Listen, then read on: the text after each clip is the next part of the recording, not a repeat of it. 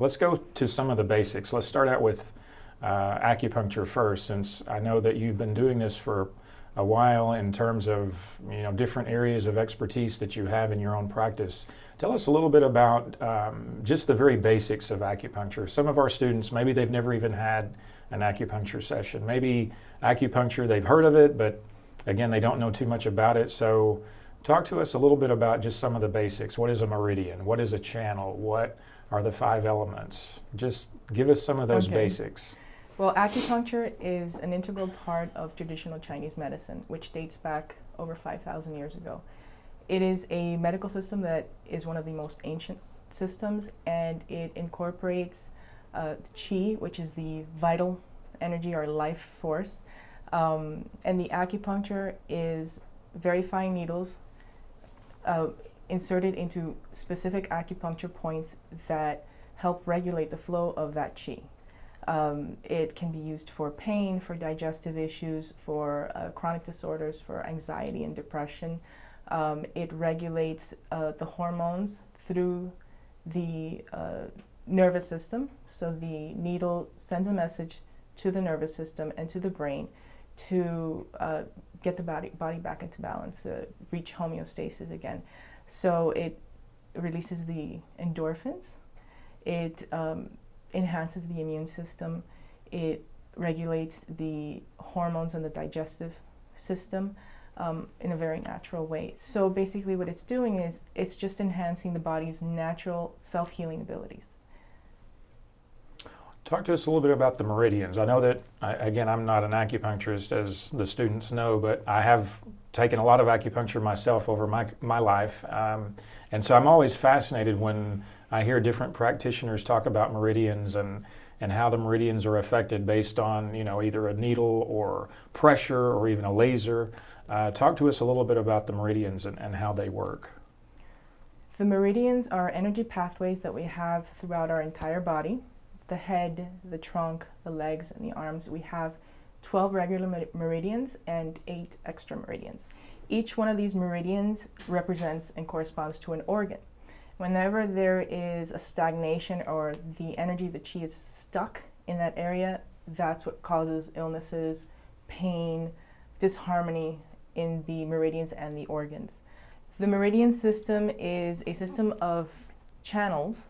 There are 12 regular meridians and 8 extra meridians, and they go throughout the entire body, the trunk, the arms, and the legs, and each meridian corresponds to an organ system.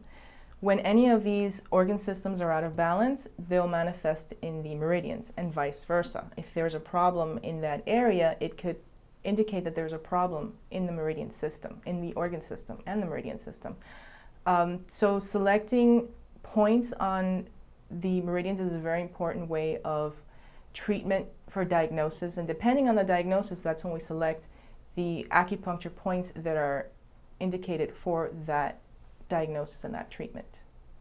I think one of the things that's fascinating for me, for example, when I've had different treatments and I've had someone tell me, oh, well, John, you have liver stagnation, for example, and then I get a needle somewhere down like on my leg. It seems so it's so different from like the Western model, where if you have a fracture or you have a tumor or you have something at a site, then Western is like right on that site, but Eastern is like, it's almost like completely uncorrelated. Like there's no relationship between something going on here in the liver and a site where maybe a needle goes into you. Could you tell us a little bit about how that works? Yes. Okay, so we have meridians that begin in the hand and move up to the head. We have meridians that begin in the foot and go all the way up to the abdomen. Depending on the diagnosis, if there is, for example, liver qi stagnation, there are points in that area that will treat liver qi stagnation. There's also a point, liver 3, in the foot between the first and second toe that is very good for liver qi stagnation, for stress, for anxiety. The same thing with back pain. We can treat the local area if it's lower back pain, but there's also points in the legs and in the feet that can benefit the lower back because it is the same meridian system. It's the urinary bladder meridian. So there are local points to treat and there are distal points that we can select based on the treatment plan. Can you go back in time a little bit and tell us, is there an existing philosophy or thought about how this was constructed? Because again, this is so different from the conventional way of, taking a body and dissecting it and looking at the anatomy. Can you tell us a little bit about that thought, like how that all came into being? Okay, so this is a very interesting story. In ancient times, when the soldiers went to war, whenever they were wounded, they would come back and they would start having other areas were starting to feel better. So if they would have an injury in their shoulder, they could have something else, some other issue, some digestive issue resolve. And that's when they started realizing that there were points in the body that would represent and correlate with certain organs and conditions.